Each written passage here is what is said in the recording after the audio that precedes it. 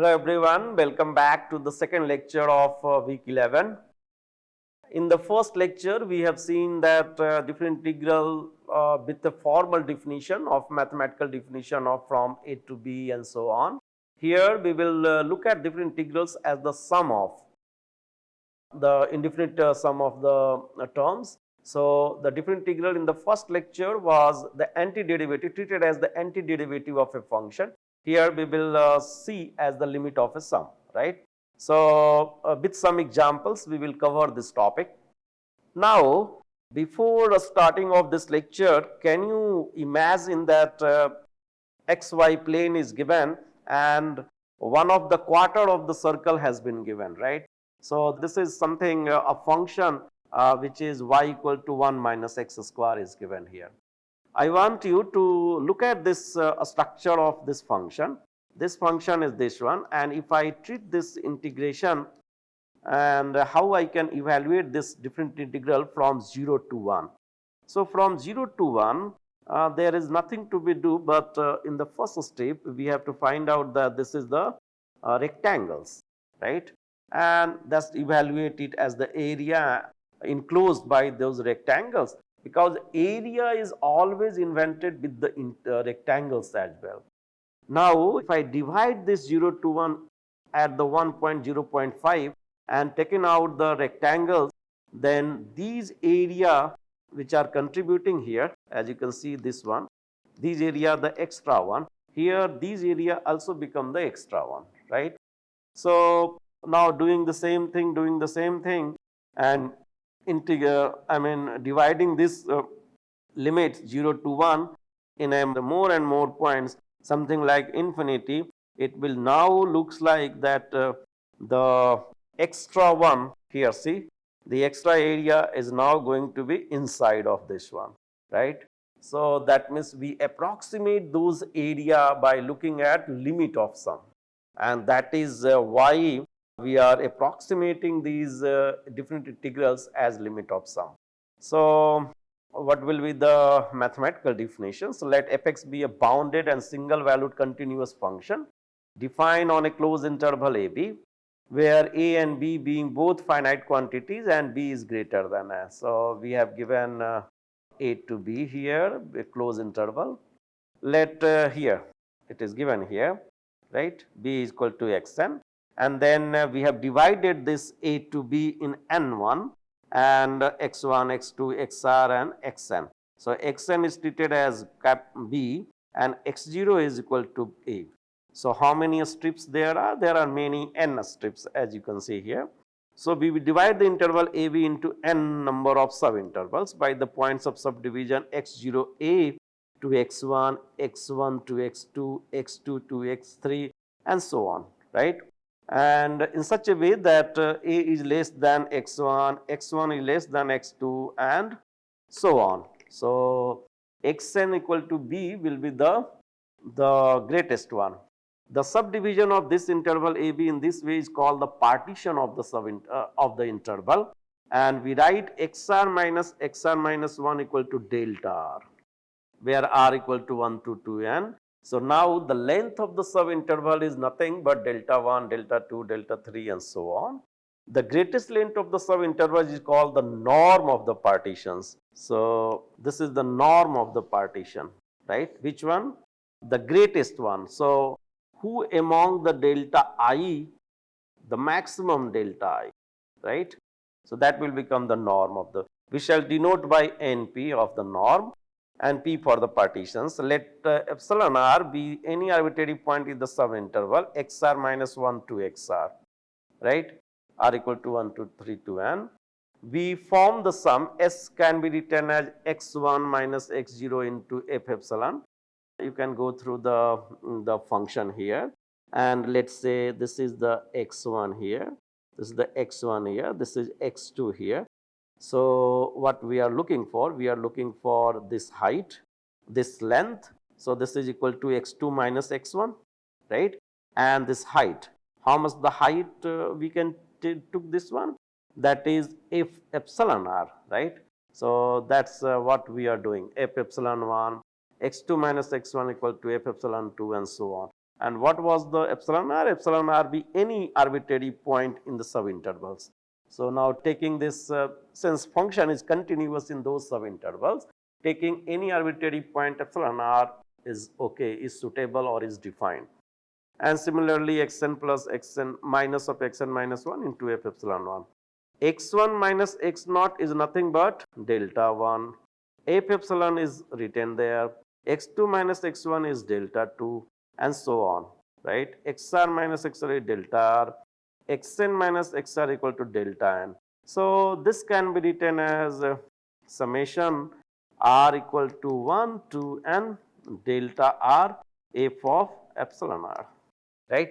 We now take the limit of RHS, right hand side this one, and as NP tends to 0, that means the norm of the length is going to be 0 and the number of the points of subdivision become n infinity, right.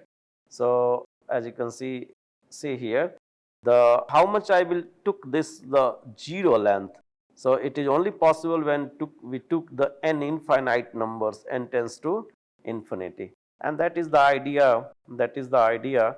If the limit exists and is finite, we say that fx is integrable with respect to x between the limit x equal to a to x equal to b, and we write down as a to b fx dx. So, in the similar manner, we have find out the limiting value of r equal to 1 to n delta r f of epsilon r, right, where this np is going to be 0 or n tends to infinity, both are the same thing, right, r is going to be infinity.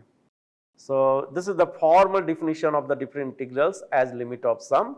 So, for a given function fx in a closed interval a b, the different integral defined as a to b fx dx equal to limit n tends to infinity I equal to 1 to n fx I delta x, where the interval a b is divided into n subintervals. Delta x is nothing but the strip length, that is b minus a into n, and xi is the sample point where in the ith subinterval the sum approximate the area under fx, and the limit gives you the exact area as the n tends to infinity. What will be the special case? Let the interval AB be divided into n equal parts and let the length of each part be h, so that nh become b minus a. So, what we have done? We have taken a to b and we have divided into n equal parts, and length of each part be h. So, length of each part is h and n equal parts. So, how many is the length? The total length is nh, and nh is nothing but b minus a. nh is nothing, n into h is nothing but this is the b minus a, right.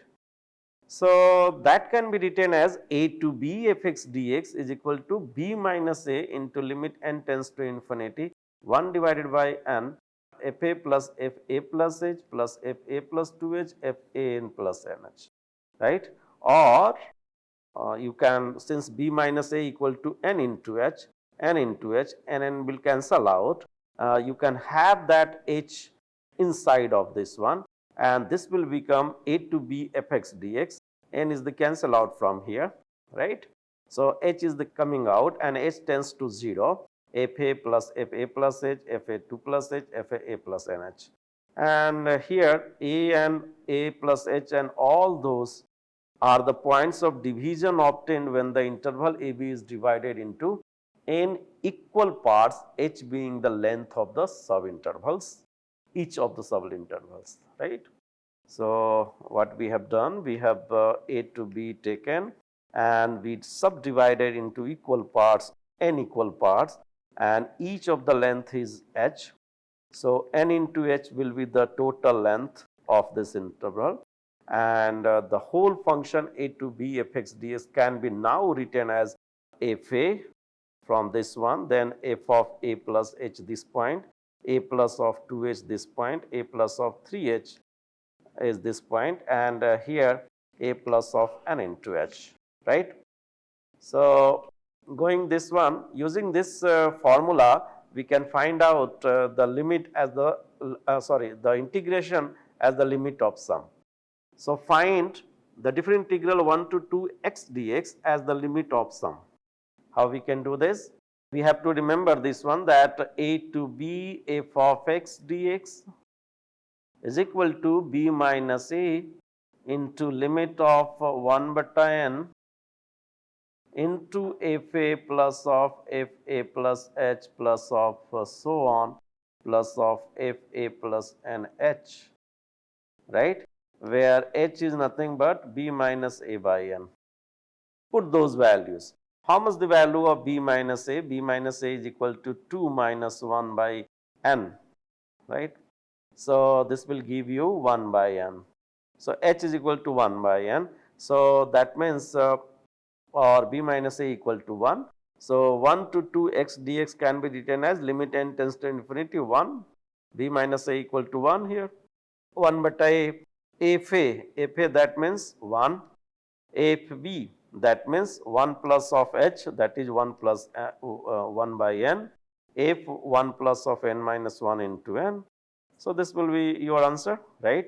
So taking the limit, so evaluate those limit. What will be the f1? f1 is given fx equal to f of x equal to x. So it's an identity function. So f1 will become 1, f1 plus 1 beta n become 1 plus 1 beta n and so on. And then simplify this version. You will get it that 1 plus 1 plus 1 how many times? N times, plus 1 beta n plus 2 beta n and till n minus 1 by n. So 1 to 2 limit n tends to infinity 1 beta n will give you n plus of 1 beta n into 1 plus 2 to n minus 1, and evaluate this one. This will become n into n minus 1 by 2. So that will give you limit of n tends to infinity 1 beta n into n plus of n into n minus 1 by 2n, and this will give you 3 by 2. So now we are able to find out the integration as limit of sum. And what will be the value of that integration? That integration value is 3 by 2. So you have evaluated this integration 1 to x dx is equal to 3 by 2. Can you check whether this limit is true as if I took this different integral by the first lecture, based on the first lecture? So see here 1 to 2 x dx. So I have to find out the antiderivative of x, and what will be the antiderivative of this x? So I have to find out something like d of fx, d of x equal to f of x is equal to x. And what will be the value? If I put x square by 2 dx by dx, how much the value? This will give you 2 into x divided by 2, 2 to cancel out. So that means x square capital F is nothing but x square by 2. So using the same thing, I will have to put x square by 2 from where to where? The lower limit is 1 and the upper limit is 2. And how much I have to find out this value? So this will give you 2 into 2 by 2 minus 1 divided by 2. So this will be 2 minus 1 by 2, and how much the value? This is the value of 3 by 2. So now you can see exactly the different integral as the area of closed area of the curve is the same as the limit of sum. So in a both way I have evaluated for the different integrals of the given function from 1 to 2 x dx as a area as well as the limit of a sum, and both are matching each other. That is the magic of how you define and how you think about the different integrals for a given problems, right? Now look at here, find 0 to 2 ex dx as the limit of sum. So it is given as the find out the ex dx as the limit of sum. So now I will evaluate this one as I remember this formula that a to b fx dx is nothing but limit h tends to 0, 1 beta h, fa plus fa plus h plus fa2 plus h and so on. So and where h is equal to b minus a by n, right? So using this here as a equal to 0 and b equal to 2, n, the value n can be evaluated and n h can be evaluated, h is equal to 2 by n. Put all those values in the back to the function and evaluate it. So 0 to 2 Ex dx can be now written as limit h tends to 0 h into f0 fh f2h fn minus 1 into h. And what will be the value of f of 0? So f of x is given, f of x equal to Ex. So f of 0 is nothing but e to the power 0 is equal to 1, right? So E0, EH, E2H, En minus 1 into H, and you can easily simplify this one as H into E0, E0 is equal to 1, right? EHn to power 1 minus 1, EH minus 1, and evaluating like this A plus R using this formula, you will get it as since, and putting back to the H is equal to 2 by N, it will gives you E square minus 1. So that is the area, and that is the easiest way to find out a integral, different integral from 0 to 2 Ex dx as limit of sum will give you E square minus 1. Can you now verify, cross verify that this is the integral by using the antiderivative definition? We can do that. Since Ex, we have the antiderivative Ex itself, and from where to where? From 0 to 2. And how much the value we can now we have? We have E2 minus E0, that is equal to E2 minus 1. So both are the same, and henceforth the different integral can be visualized as the limit of sum, right? Now look at the next problem. Find minus 1 to 2 7x minus 5 dx as the limit of sum. So using the same formula, a to b fx dx as equal to limit h tends to 0 h into fa plus h, fa plus 2h and so on, and fa plus nh, and where h is equal to b minus a divided by n. So here a equal to minus 1, b equal to 2, and fx equal to 7x minus 5 is given, and h is equal to how much? H is equal to, you can calculate, h is equal to 2 minus of minus 1 divided by n equal to 3 by n, right? And use the formula. So h is given f minus 1 plus h and so on, and you will find out f of minus 1. F of minus 1 is what? F of minus 1 is minus 12, right? And doing the same calculations, you will find out this will be 12, and this will giving to 7h minus 12, 7n minus 1 into h minus 12 and so on, and taking 7h outside of the brackets, it will give you 1 plus 2 plus 3 plus so on, and then hence h, taking h outside of this integral, this will give you 7 by 2 nh, nh minus h minus 12 nh, right? By putting h is equal to 3 by n. So this will give you 7 by 2 into 3 into 3, 12 minus 3. So this will give you minus 9 by 2. And that is what the required integral inside the function 7x minus 5 from minus 1 to 2, right? So definition itself says that taking limit as the sum. So sum is this one, sigma, and I equal to 1 from f of xi. Xi is any point, any arbitrary point in the interval, and this is the delta x means the length, right? So delta x is the length of the sub interval, and from I equal to 1 to n. So that means what you are doing for a given interval a to b, you are subdividing this one, and subdividing in such a way that the length of the subinterval is going to be delta x. So delta x is nothing but it is the length of the strip. So this is delta x is nothing but b minus a into n. How many subintervals you are doing? That is the same thing, right? So delta x is treated as n into delta x is going to be the same length, right? And xi is the sample point. That means you have to taken the ith subinterval and you want to evaluate the tape xi, and this will give you the exact area when the limit has taken part. So limit here play a crucial part here. Using this one, you can have this one as fx dx. Now you can see here. So let me give you, firstly I am going to erase this one, then I will give you some of the idea behind the evaluation of this problem, right? Let me have this highlighted first, right? So, see here, this was A, and if I evaluate it in n equal parts, and each equal parts A and B here, and each equal parts has the length h.